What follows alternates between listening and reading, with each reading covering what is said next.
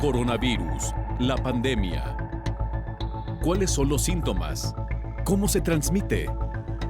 ¿Qué puedo hacer para protegerme y prevenir la propagación de la enfermedad?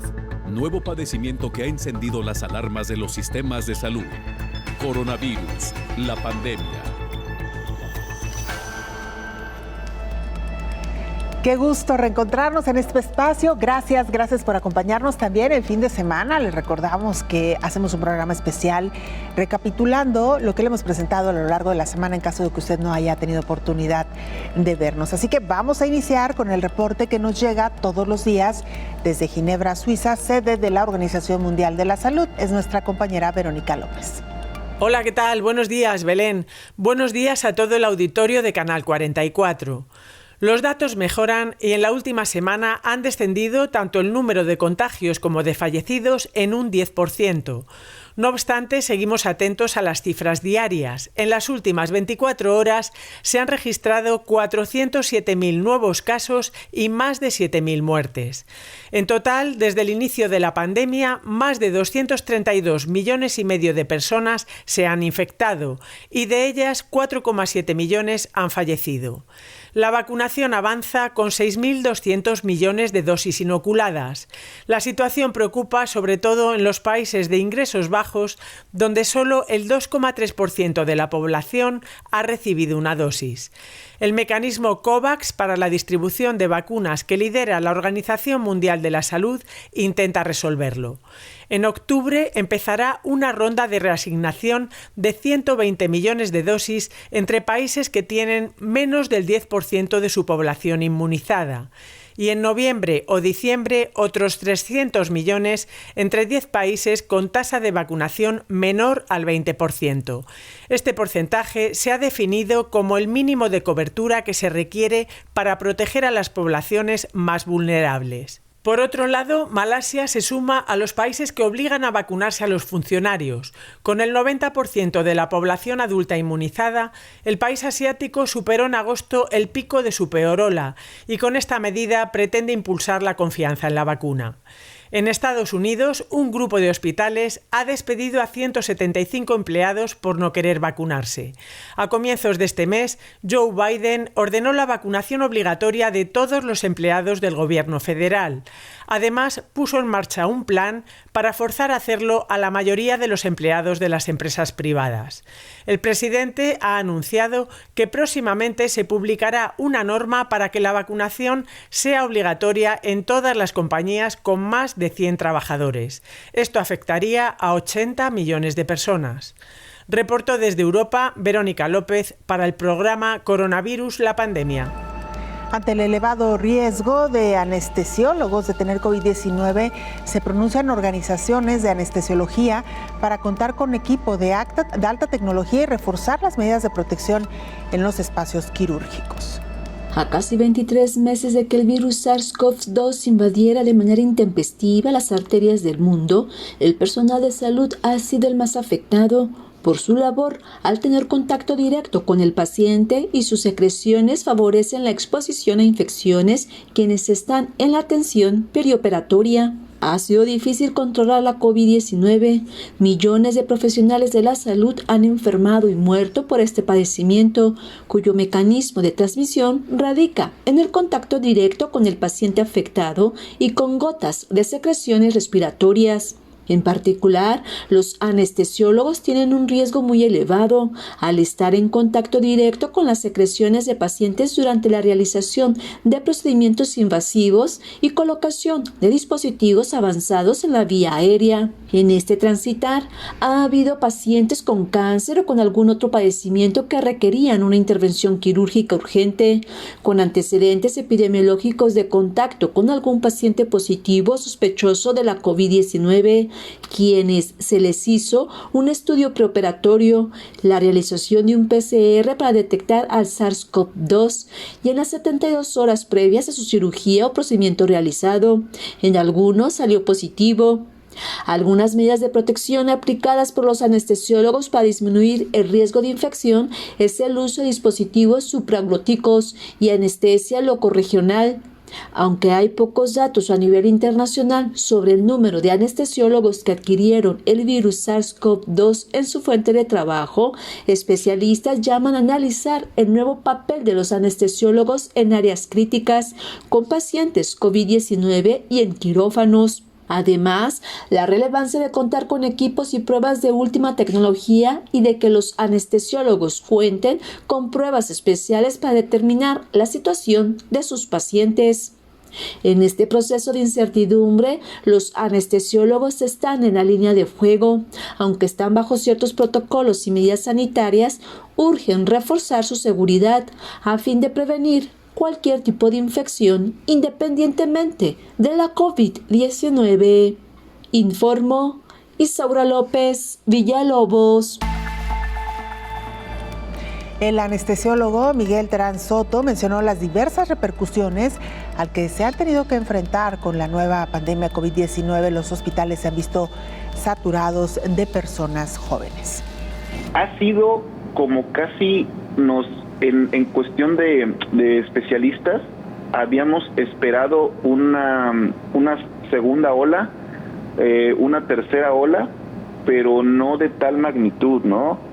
Pensábamos que con la vacunación, que pues ya se hizo a los adultos mayores, iba a disminuir significativamente. ¿Y a qué me refiero con significativamente? A que pues prácticamente ya una neumonía típica por COVID pues iba a ser parte de las enfermedades normales de un hospital, donde iba a haber un área para atenderse y nada más, ¿no? Pero al parecer no fue así. Simple y sencillamente pues esta ola que ha venido desde hace 2 meses que empezó, pues ha llenado de nuevo los hospitales, ¿no? Y a nosotros pues de nuevo nos ha puesto a trabajar en marchas forzadas, a recurrir a más centros de atención, ¿no? Inclusive en muchos centros de atención COVID ya se habían cerrado y de repente los tuvieron que volver a abrir, porque a pesar de que ya no nos llegan pacientes tan de la tercera década de más de 60 años, nos llegan ahora jóvenes, ¿no? De hecho, esta ola de COVID se le llama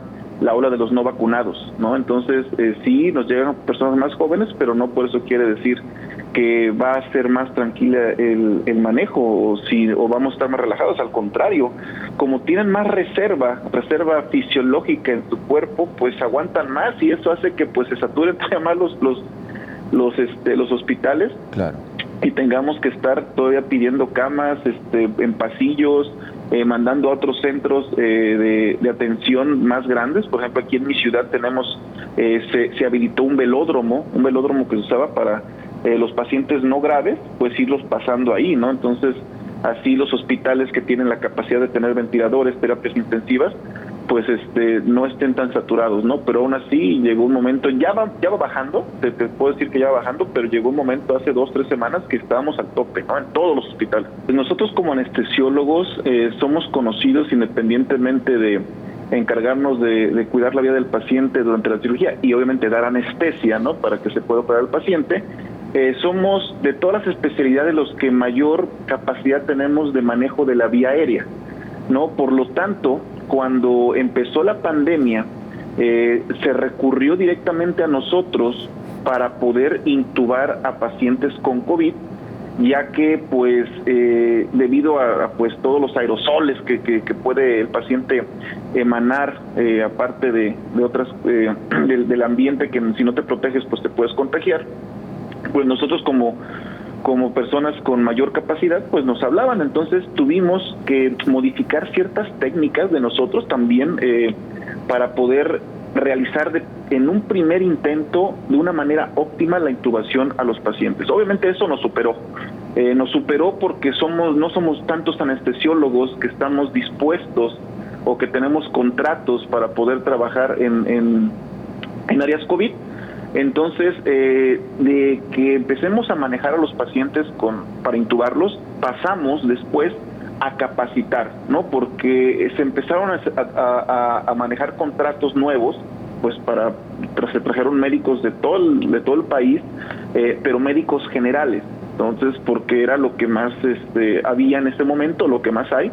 Entonces empezamos a tener que tratar de, entre anestesiología, medicina interna, urgencias, que somos los que más experiencia tenemos en intubaciones, tuvimos que empezar a capacitar a los médicos generales para poder intubar, porque un paciente con COVID prácticamente tienes que intubarlo en 30 segundos, porque si tú te tardas, si fallas, o cualquier otra situación, como no tienen reserva pulmonar, y los pacientes, cuando los medicamentos que usamos hacen que caigan en algo que se llama apnea, o sea, dejan de respirar completamente, pues pueden caer en paro, ¿no? Entonces caían en paro, entonces había mucha mortalidad en la intubación, entonces tuvimos que estar dando capacitaciones significativamente, ¿no? Y entonces ya después viene el manejo, ¿no? El manejo ya de nosotros como anestesiólogos, junto con los intensivistas, con los médicos internistas y con los urgenciólogos, pues ya se vino a hacer a la par, porque pues ya un paciente crítico que está intubado, pues necesita un manejo adecuado de ventilación mecánica.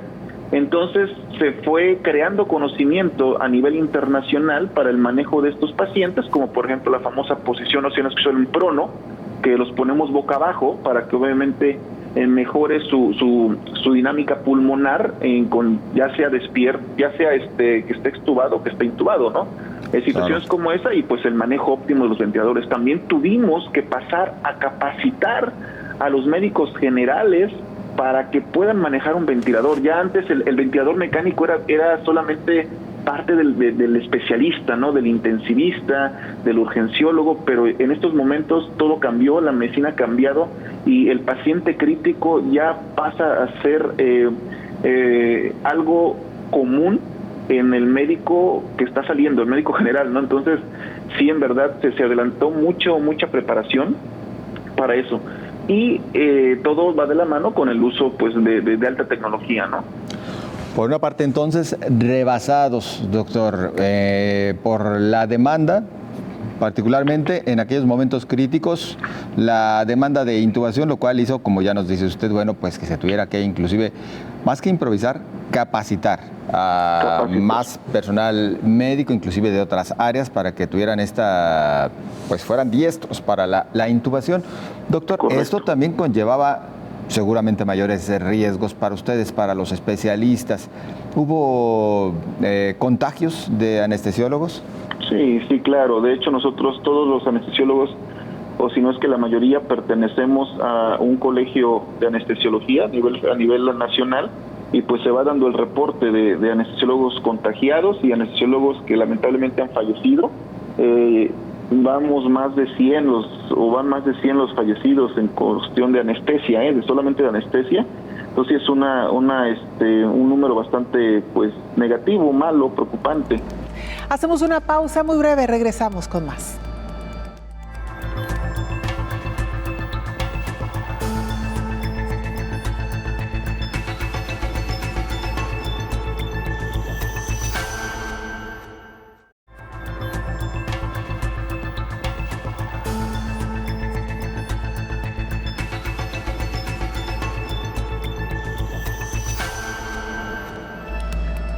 Estamos de regreso en este programa especial, sábado, día en que hacemos una recapitulación de lo que le hemos presentado a lo largo de la semana. Esta semana, por ejemplo, hablamos de la anestesiología en tiempos de COVID-19 y piden algunos profesionales de este ramo ser tomados en cuenta para la toma de decisiones en los centros de trabajo.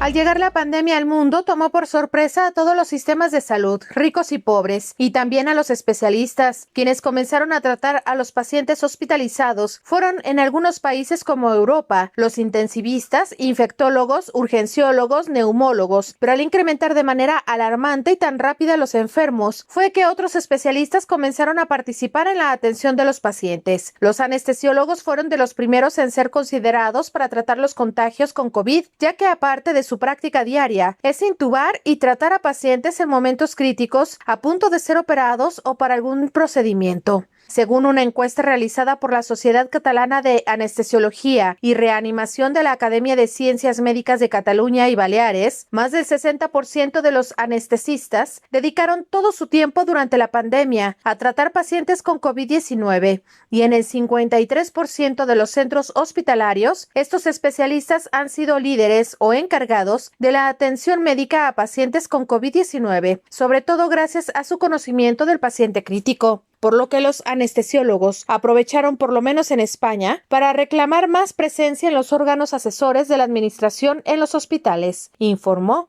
Rocío López Fonseca. Esta semana charlamos con el anestesiólogo Miguel Terán Soto, quien mencionó cuáles son los nuevos retos de estos especialistas en áreas críticas con pacientes COVID-19 en quirófano. Pasa mucho, por ejemplo, en el área de ginecología obstetricia, donde llegan las embarazadas, porque todavía se están contagiando las embarazadas también, y pues cuando es una cesárea de urgencia, pues hay que operarla sí o sí, ¿no? Entonces ahí a veces no se toman los protocolos necesarios para cuidarse de una manera adecuada entre los aerosoles y eso por la calidad de la urgencia, y pues empiezan ahí los contagios, ¿no? de todo el personal. Doctor, ¿cómo evalúa el nivel de equipamiento que existe en hospitales tanto de México como de América Latina? Híjole, quedamos a deber. Falta mucho a nivel nacional. Si yo te hablo de mi hospital en lo personal, te puedo decir que en cuanto a tecnología para el manejo crítico de un paciente, hablando de un gasómetro, por ejemplo, que se encarga de medir los gases en la sangre y medir el pH sanguíneo y otras presiones que nos indican qué tan dañado está el alveolo, te puedo decir que eso lo tiene el 90 o 100% de los hospitales, incluyendo el mío, ¿no? Pero hablando de instrumentación más avanzada, por ejemplo, hay otra cosa que se llama tromboelastómetro, que se encarga de medir el grado de coagulación del paciente, o sea, si el paciente tiene riesgo de sangrar o tiene riesgo de hacer un trombo, ¿no? Porque en COVID, los pacientes COVID tienen mucho riesgo de hacer trombo, pues te voy a decir que solamente a nivel nacional hay 15 o 20 hospitales que lo tienen, incluyendo institutos y mi hospital, ¿no? Entonces sí quedamos a deber a veces mucho. Y luego, por ejemplo, hay otra situación, hay un momento en que el paciente COVID llega en un punto de no retorno que dice la única opción es ponerle una membrana extracorpórea que se llama ECMO. ¿Qué quiere decir? Te ponen un dispositivo donde tú oxigenas tu sangre en un aparato porque ya tus pulmones prácticamente no sirven, ¿no? Entonces el ECMO, esa cosa que es lo único que te puede salvar en ese momento, solamente lo tienen 3 o 4 hospitales a nivel nacional. Entonces para salvar al 100% a un paciente con COVID quedamos todavía cortos. Ventiladores también quedamos cortos, porque no estamos preparados para toda esta cantidad de pacientes, ¿no?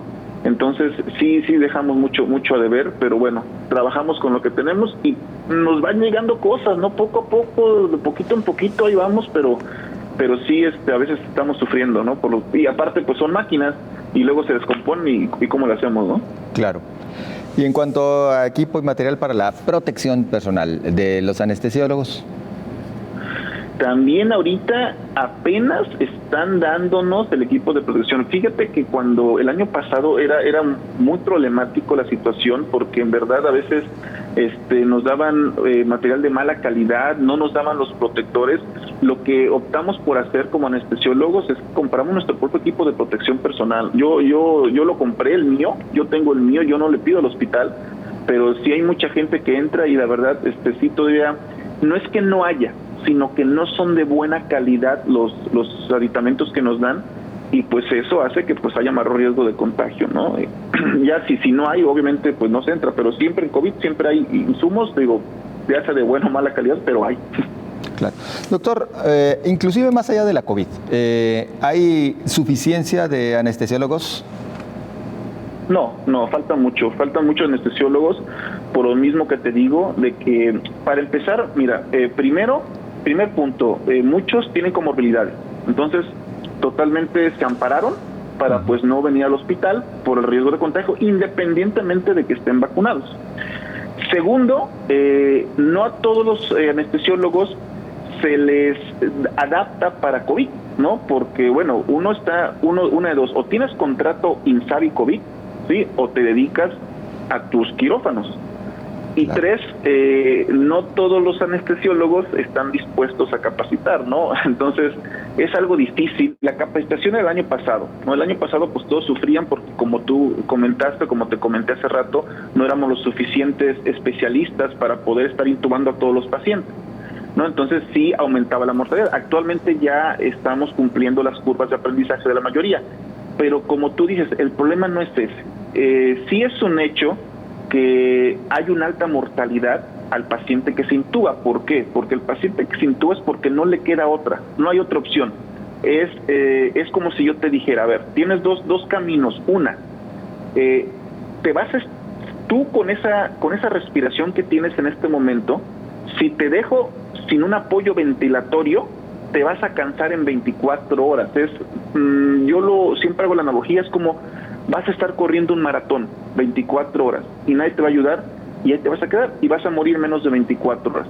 O tenemos la opción B, que es la intubación. La intubación no te asegura que vas a vivir, pero por lo menos te va a ayudar a que tu diafragma no se canse y pues te dé chance de que tu cuerpo pueda solucionar esta infección por este virus. Ujú.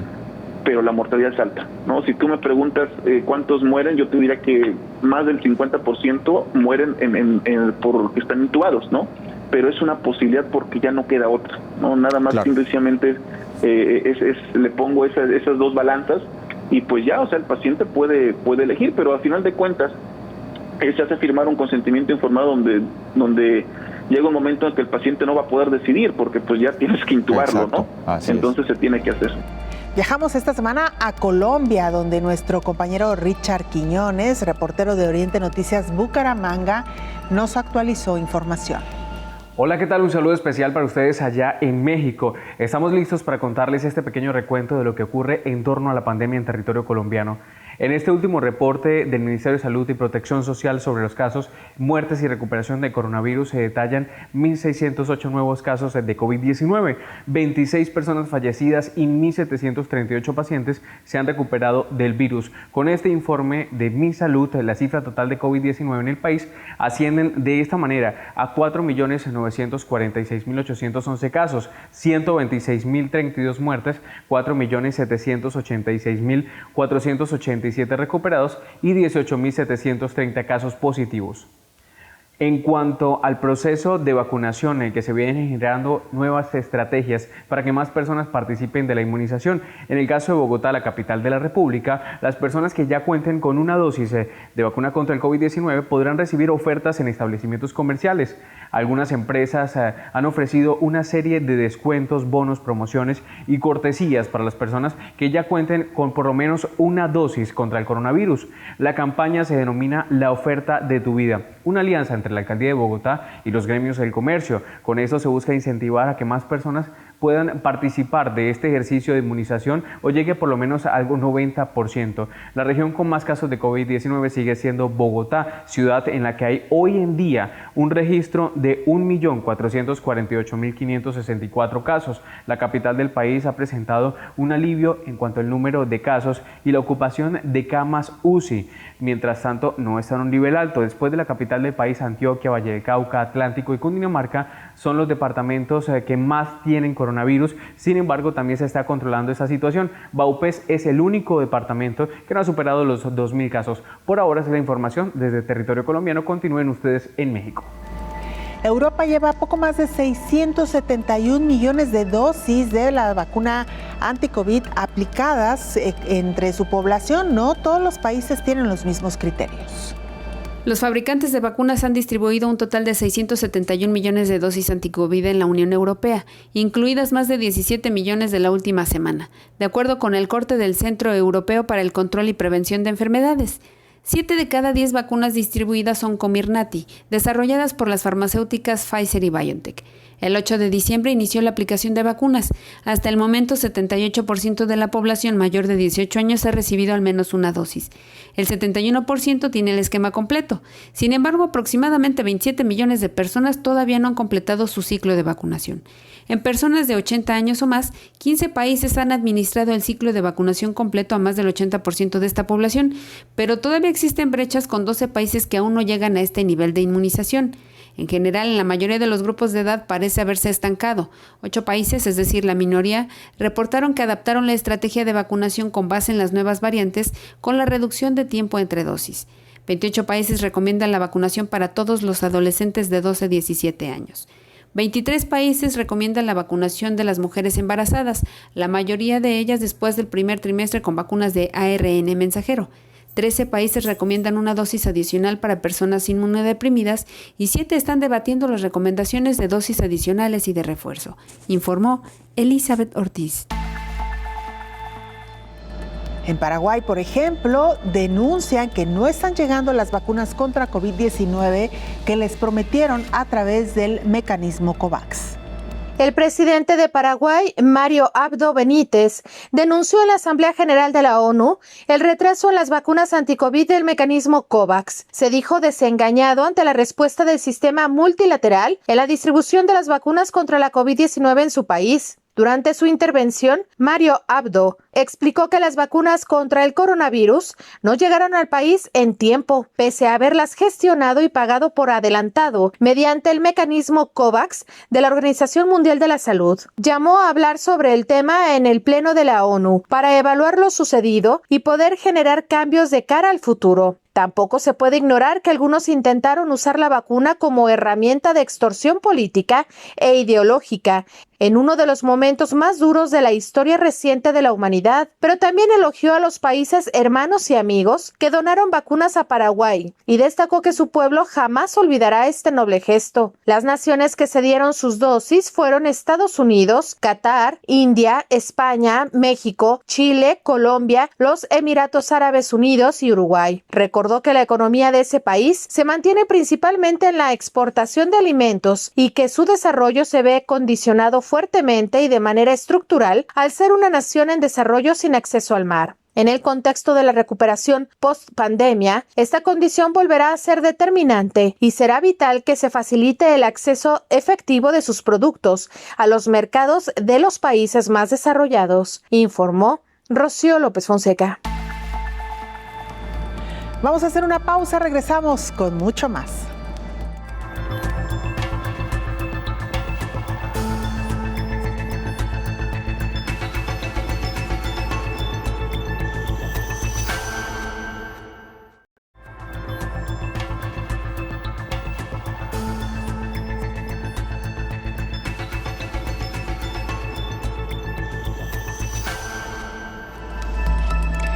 @Canal 44 TV, nuestra cuenta en Twitter y Facebook. Nos puede mandar mensajes también a través de WhatsApp al 33 22 42 06 90. Con gusto recibimos sus comentarios, sus opiniones, sus preguntas, porque nos dan luces, nos dan directrices para abordar los temas que son de su interés. Y mira, farmacéuticas ya están desarrollando las vacunas de segunda generación contra COVID-19. ¿Cuáles son estas? Bueno, las que atacan a las diferentes variantes del virus. Lograr el 80% de la vacunación contra COVID-19 sería lo ideal. Sin embargo, los obstáculos han sido visibles ante la mirada de todo el mundo. La mayoría de los investigadores coinciden en el acaparamiento de los biológicos, económicos en algunos países y de falta de solidaridad. En estos laberintos de inmunidad, las diversas variantes han acaparado los escenarios de cada sector y rebasado las expectativas que se tenían por parte de organismos de salud mundial para lograr controlar el virus SARS-CoV-2 este año.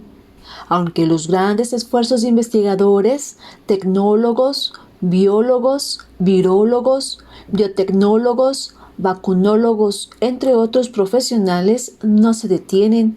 En su visión está ya el desarrollo de vacunas nuevas generaciones con diferentes tecnologías aún más avanzada. Desde hace más de un año, el mundo vive una revolución tecnológica. Desde que se compartió el gen del coronavirus, la plataforma ARN Mensajero abrió las puertas a nuevas tecnologías. Estamos por llegar a los 2 años del surgimiento del virus. Investigadores cuentan con varias inoculaciones eficaces y seguras para combatir el virus SARS-CoV-2 y evitar sufrimiento a quienes se enferman de forma grave. En este transitar, ellas y ellos enfocados a la investigación científica en laboratorios, universidades y compañías farmacéuticas cada vez analizan, comparan y abren nuevas líneas de estudio que contemplan fármacos y vacunas que abarquen a las nuevas cepas de la COVID-19 y a los dos mortales como es el SARS y el MERS. Vacunas fáciles de fabricación, costos bajos y más simples de administrar con solo una dosis y con menos efectos secundarios. En el mundo ya se analizan inoculaciones inhalantes o con un parche. Los investigadores en sus diferentes publicaciones anexas en revistas científicas internacionales indican que mientras exista el virus SARS-CoV-2 en el mundo, nos tendremos que vacunar. Se menciona que las vacunas de segunda generación son muchas veces mejores que las vacunas de primera generación. Las vacunas de segunda generación podrían estar listas en 2022. Los casi 8,000 millones de personas en la Tierra necesitarán una o dos dosis iniciales y posiblemente de refuerzo. Las vacunas segunda generación contra COVID-19 se esperan con ansias para brindar protección contra diversas variantes y enfermedades respiratorias. Por lo pronto, la Administración de Alimentos y Medicinas de Estados Unidos pidió a las farmacéuticas adaptar su tecnología para desarrollar vacunas que enfrenten las nuevas y las futuras variantes del SARS-CoV-2. Los laboratorios de Moderna y Pfizer ya desarrollan nuevas inoculaciones llamadas de segunda generación, informó Isaura López Villalobos. Avanza la vacunación en el mundo, sin embargo, el reclamo de la Organización Mundial de la Salud sigue siendo que los países pobres van rezagados.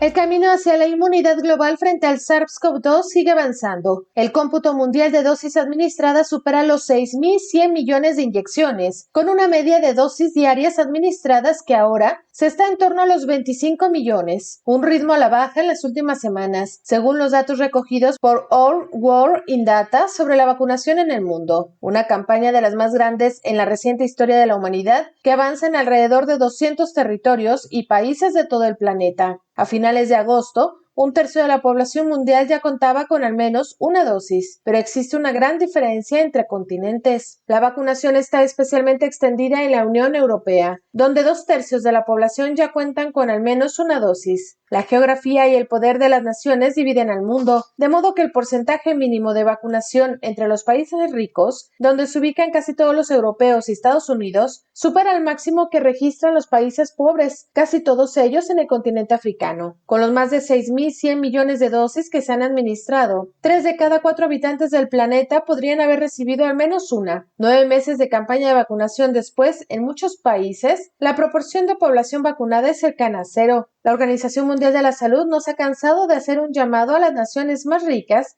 a que compartan sus biológicos, a que no acaparen. Además, su director general Tedros Adhanom ha mostrado en varias ocasiones su sorpresa por lo poco que se ha hecho para reducir este desequilibrio. La brecha entre el número de vacunas administradas en los países ricos y a través del mecanismo COVAX crece cada día, informó Rocío López Fonseca. Sobre el tema de las vacunas de segunda generación habló esta semana el infectólogo Héctor Raúl Pérez Gómez. Cuando hablamos de vacunas de segunda generación, nos referimos básicamente a biológicos que en este momento se encuentran apenas en estudio. Las vacunas que se están aplicando de manera generalizada son vacunas que fueron diseñadas de origen sin tener en consideración el surgimiento de las nuevas variantes. Con el surgimiento de las nuevas variantes es evidente que las industrias farmacéuticas deben estar trabajando con propósitos de brindar mejor cobertura, porque algunas de estas nuevas variantes han tenido una disminución en su respuesta a la neutralización que genera el sistema inmune a partir de la vacunación. Esto lo hemos visto particularmente con la variante de Sudáfrica y particularmente con la variante Delta. Entonces, las industrias farmacéuticas, sobre todo Pfizer, AstraZeneca y Moderna ya vienen trabajando en una modificación de la estructura antigénica del del biológico, con el propósito de poder cubrir mejor a estas variantes. Eso serían las vacunas de segunda generación. Doctor, y sin embargo la preocupación sigue estando en que aún con las vacunas que se supone ya tendrían que estar aplicándose en el mundo entero, pues sí vamos rezagados, pero por dos factores. Uno, la poca disponibilidad en algunas naciones del biológico. Y dos, en países donde se tiene disponible, pues todavía sigue siendo importante la cantidad de personas que se rehúsa a aplicarse la vacuna. Esa es una situación muy preocupante, José Ángel, porque la estimación es que aproximadamente el 25% de toda la población que debería ya estar vacunada por haber tenido disponible el biológico no lo ha hecho por diversos motivos, y muchos de estos motivos lamentablemente son mitos que no se han podido erradicar de la población.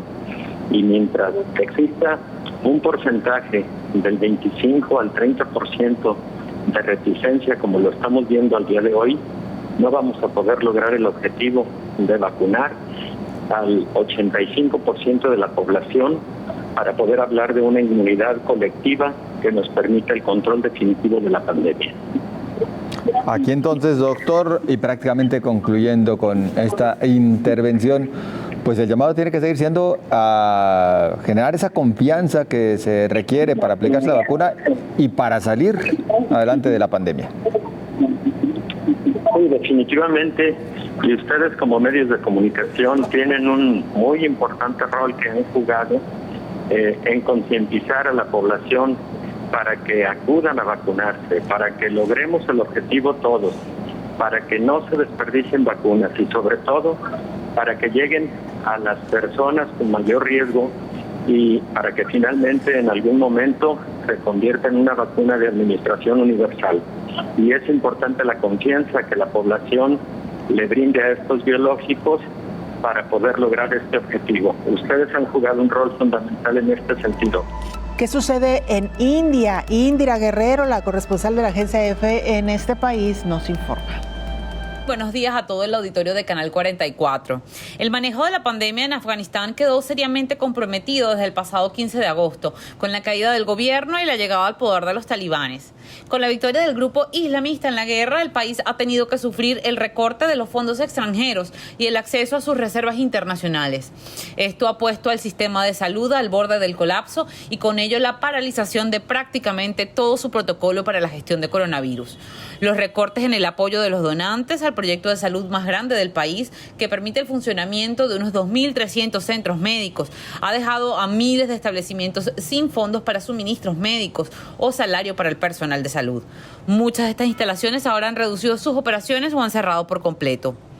En este momento, solo el 17% de todas las instalaciones de salud están en total funcionamiento. Esta ruptura en los servicios de salud está teniendo un efecto dominó en la disponibilidad de atención de salud básica o esencial, así como en la respuesta de emergencia o los esfuerzos y protocolo para la vacunación o la atención del coronavirus.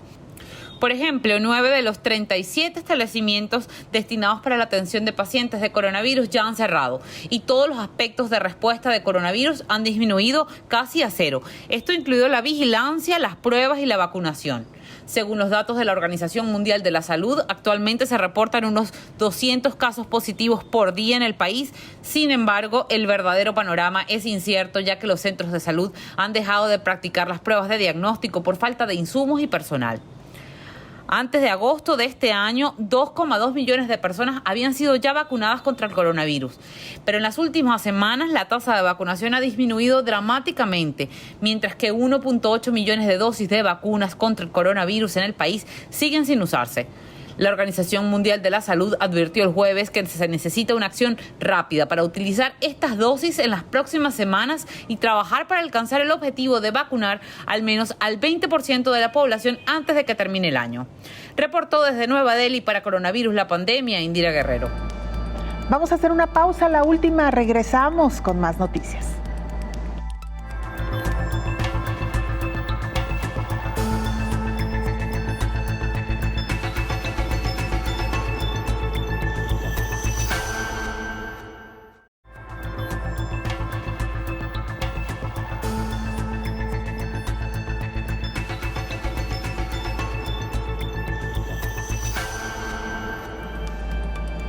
La COVID-19 lamentablemente se ha convertido en una enfermedad que no solamente ha causado muertes, sino que ha dejado secuelas en un porcentaje importante de la población. Esto podría tener un impacto en cuanto a la esperanza de vida, revela un estudio. La COVID-19 ha provocado la mayor disminución en la esperanza de vida desde la Segunda Guerra Mundial. El equipo de investigación de la Universidad de Oxford reunió un conjunto de datos sin precedentes sobre la mortalidad de 29 países, que abarcan la mayor parte de Europa, Estados Unidos y Chile, países para los que se habían publicado ya los registros oficiales de defunción para 2020. Descubrieron que 27 de los 29 países experimentaron reducciones en la esperanza de vida en 2020 y a una escala que aniquiló los años de progreso en la mortalidad, según el artículo que fue publicado en el International Journal of Epidemiology. En las mujeres en 15 países y en los hombres en 10 países tenían una esperanza de nacimiento más baja en 2020 que en 2015, un año en que la esperanza de vida ya se vio afectada negativamente por una temporada de gripe importante. Según el coautor principal de este estudio, el doctor José Manuel Aburto, para países de Europa Occidental como España, Inglaterra y Gales, Italia y Bélgica, entre otros, la última vez que se observaron disminuciones tan grandes en la esperanza de vida al nacer en solo un año fue durante la Segunda Guerra Mundial. Las mayores disminuciones en la esperanza de vida se observaron entre los hombres en los Estados Unidos, con una disminución de 2.2 años en relación con los niveles de 2019, seguidos por los hombres lituanos con 1.7 años, informó Elizabeth Ortiz. Por 3 años, Chile y Uruguay firman varios acuerdos de cooperación en temas de salud. Destaca la fabricación de vacunas COVID-19 y un área de investigación. El cáncer, la obesidad, la donación de órganos o la COVID-19 son algunos de los asuntos incluidos en el memorándum de entendimiento firmado este lunes por los ministros de Salud de Chile, Enrique París, y Uruguay, Daniel Salinas, a propósito de la visita del presidente del país andino, Sebastián Piñera, a Montevideo. El titular de Salud de Chile resaltó a Uruguay en varios de estos aspectos. Uruguay es pionero en Latinoamérica en toxicología, no sé si ustedes saben eso. El CIAT es el Centro de Información Toxicológica más antiguo de Latinoamérica, el primero. Y eso es algo que debe llenarnos de orgullo. Además creo que en el tema de la pandemia también Uruguay ha marcado un hito mundial, reconocido mundialmente por su manejo de la pandemia, por su plan de vacunación. Por su parte, Salinas apuntó que este nuevo documento, que tiene vigencia por los próximos 3 años con opción de ser renovado, si ambas partes coinciden, pretende abrir un nuevo camino, nuevas vías de aproximación, cooperación y desarrollo entre ambos países. Yo creo que esto es una forma de colaborar, que es de interactuar, de cooperar. Los tópicos son diversos y además están abiertos. El tema del cáncer, la obesidad, el envejecimiento, el COVID, las vacunas, la salud mental, realmente son todos highlights o puntos altos, ¿no? La donación de órganos, la cooperación en vacunas. En declaraciones a la prensa y tras la firma del memorándum, París destacó que la planta que la farmacéutica china Sinovac instalará en Santiago de Chile exportará a toda Latinoamérica vacunas contra la COVID-19. Para instalar una planta que va a llenar primero, no va a fabricar vacunas, va a llenar, viales, gracias, en Santiago de Chile, más un instituto de investigación en Antofagasta. Pero creo que la planta no solo va a servir para Chile, sino que vamos a exportar, obviamente, vacunas al resto de Latinoamérica. Y creo que es un paso importante. En este sentido, el ministro de Salud reclamó más solidaridad y cooperación para paliar las grandes diferencias entre países para tratar la COVID-19. Para el catedrático de genética de la Universidad de Valencia, Fernando González, el principal problema en la lucha contra el coronavirus es la falta de vacunación a nivel mundial y no las variantes del virus SARS-CoV-2. La perspectiva de erradicación del virus, señala el investigador de la Fundación para el Fomento de la Investigación Sanitaria y Biomédica de la Generalitat Valenciana, está muy alejada. González Candelas menciona que aunque hay centenares de variantes de SARS-CoV-2, son 9 consideradas de preocupación o de interés o vigilancia por sus características, sobre todo epidemiológicas, por parte de la Organización Mundial de la Salud. Las variantes preocupantes son Alfa, la británica, Beta, la sudafricana, Gamma brasileña, Delta india y otras 5 que son de interés o están bajo vigilancia.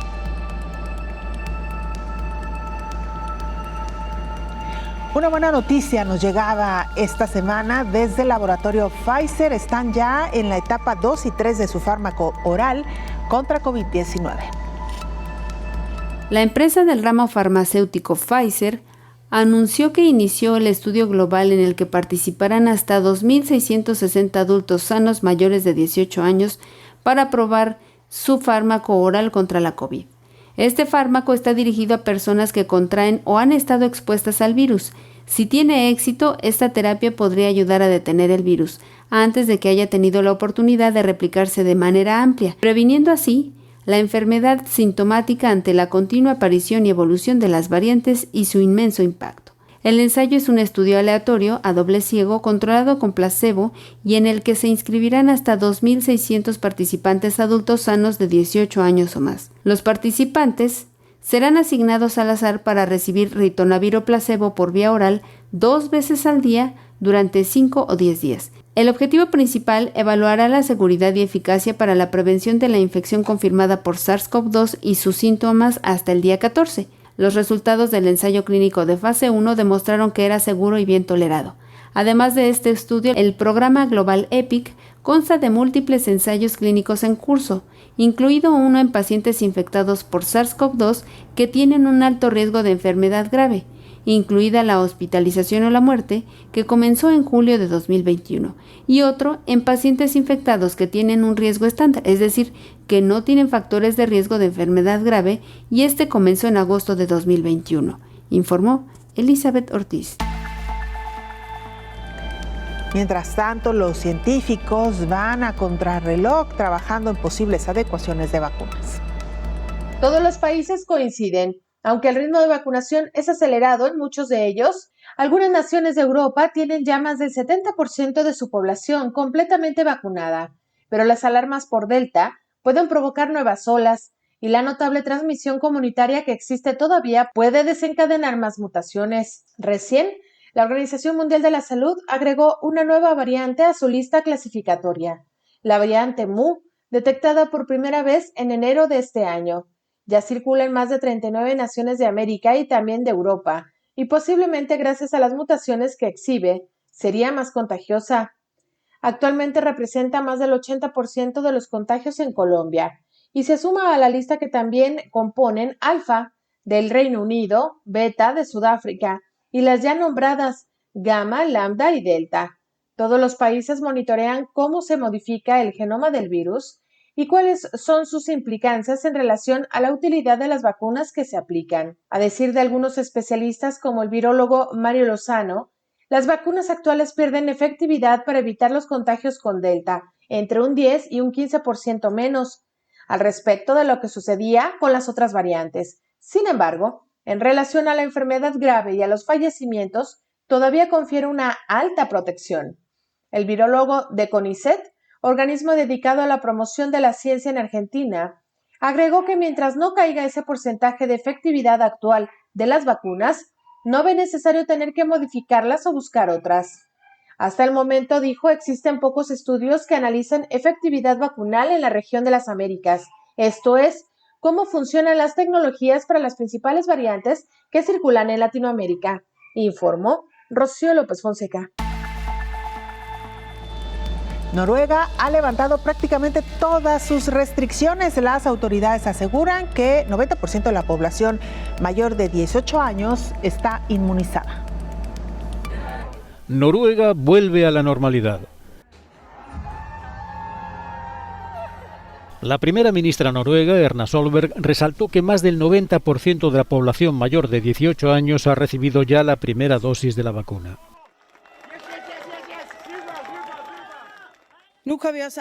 Ahora podemos vivir casi como lo hacíamos antes de que nos afectara la pandemia. No creo que todo vaya a ser como antes. Creo que el coronavirus nos afectará para el resto de nuestras vidas, para bien o para mal. Hemos aprendido lo vulnerables que somos y lo mucho que podemos conseguir cuando nos mantenemos unidos. Los contagios diarios en Países Bajos siguen reduciéndose, con 1.625 positivos confirmados en 24 horas, 80 menos que en la medición anterior. El certificado de vacunación para entrar en bares y restaurantes se ha generalizado. Estábamos preocupados por si hubiera clientes que no querrían que les pidieran su certificado, se enfadaran y se fueran, pero hasta ahora afortunadamente no ha ocurrido.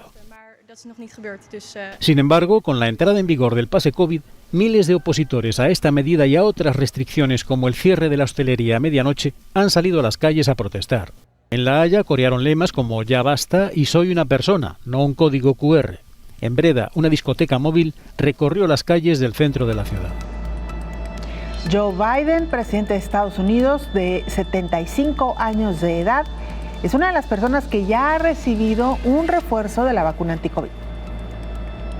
Este lunes, el presidente de los Estados Unidos, Joe Biden, recibió su vacuna de refuerzo contra la COVID-19, luego de que la Agencia de Administración de Medicamentos y Alimentos, la FDA, recomendara la aplicación para quienes son mayores de 65 años, que tengan comorbilidades o que estén en riesgo por el trabajo que realizan. El fin de semana, el mandatario de 78 años explicó que los datos recientes indican que solo hay un caso positivo confirmado por cada 5,000 estadounidenses completamente vacunados por día, así que es seguro recibir la dosis anti-COVID. La Unión Americana logró vacunar a más de 182 millones de personas con el esquema completo, pero es una pandemia de no vacunados, dijo, y es causado por el hecho de que a pesar de que los estadounidenses tienen un programa de vacunación exitoso y sin precedentes, y a pesar del hecho de que durante casi 5 meses las vacunas gratuitas han estado disponibles en 80,000 puntos, más de 70 millones de personas no han ido por su vacuna, informó Elizabeth Ortiz.